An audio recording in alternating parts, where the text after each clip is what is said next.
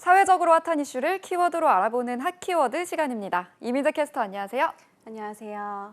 네, 전 세계 경제가 고금리와 고유가, 고환율 속에서 어려운 길을 가고 있습니다.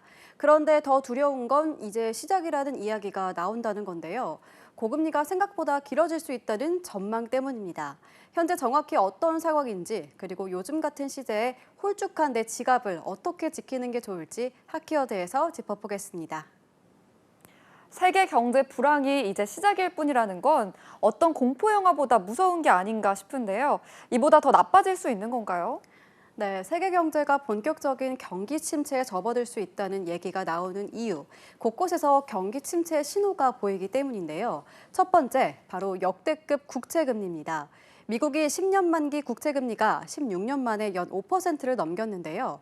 미국의 국채금리는 고용과 물가, 주식 등 전 세계 시장을 종합 반영해서 경기를 내다보는 지표로 꼽힙니다. 그런데 국채금리가 이렇게까지 치솟는 건 불길한 신호이기 때문인데요. 16년 전에도 국채금리가 5%를 찍고 글로벌 금융위기가 일어난 적이 있습니다. 장기 국채 금리가 오르는 건 고금리가 장기화할 거란 전망이 그만큼 높다는 뜻이기도 한데요. 네, 맞습니다. 우리나라와 미국 모두 같은 목소리로 경고하고 있죠. 금리가 낮아질 걸로 생각하지 말라는 건데요. 당분간 고금리가 계속된다는 겁니다. 문제는 이러면 시장에 돈이 돌지 않아 경기가 침체할 수 있습니다. 과거에도 금리를 올리다 그만 올릴 때쯤 경기 침체가 왔기 때문입니다. 불과 얼마 전과는 분위기가 확 달라졌는데요. 금리는 왜 이렇게 계속 높아지는 건가요? 네, 최근에 이스라엘과 팔레스타인, 하마스 전쟁의 영향으로 국제 기름값이 오르고 있죠. 기름은 쓰이지 않는 곳이 없을 정도로 필수 품목인데 기름값이 오르면 전 세계 물가가 오를 수밖에 없고요. 그렇다 보니까 자연스레 물가가 안 잡힙니다. 실제로 지난달 소비자 물가지수는 1년 전보다 3.7%, 생산자 물가지수는 1.3% 오른 상황입니다. 한국은행 역시 예상보다 많이 올랐다고 밝혔습니다. 네, 지금도 오를 수 있는 건 월급 빼고 다 오른 상황인데요. 이대로 가도 우리 경제는 괜찮은 걸까요? 네, 지난 23일 국정감사에서 이창용 한국은행 총재는 우리나라가 경기 침체에 접어든 것이 아니냐는 질문에 경기 침체기가 맞다라고 답하기도 했는데요. 문제는 이런 상황이 지속되면 이자 부담이 커진다는 겁니다. 특히 우리나라는 가계부채도 기업 대출도 쑥 늘어나는 속도가 세계 최고 수준이라 그 영향을 더 크게 받을 수 없는 구조입니다. 그래서 지금도 빚 갚는데 월급을 쏟아붓는다는 분들이 꽤 많아졌어요. 네, 맞습니다. 우리나라에 가계빚이 있는 사람은 1,978만 명 정도입니다.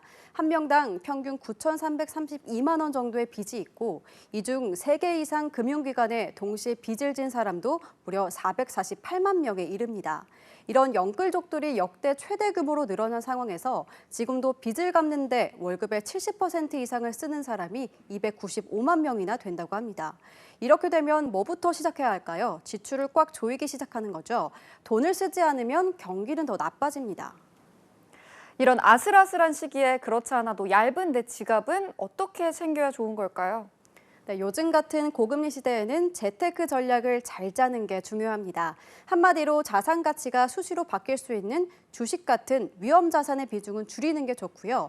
대신 예적금 등 돈을 잃을 걱정 없는 안전 자산의 비중은 늘리는 게 더 안전하겠죠. 또 주택담보대출 금리가 계속 오르고 있어서 피하고 싶지만 현실적으로 어렵습니다. 이럴 때 꼭 대출 받아야 한다면 가급적으로 고정금리를 선택하라고 전문가들은 조언합니다. 기준금리가 더 오르더라도 대출이자 부담이 늘어나는 걸 피할 수 있기 때문입니다.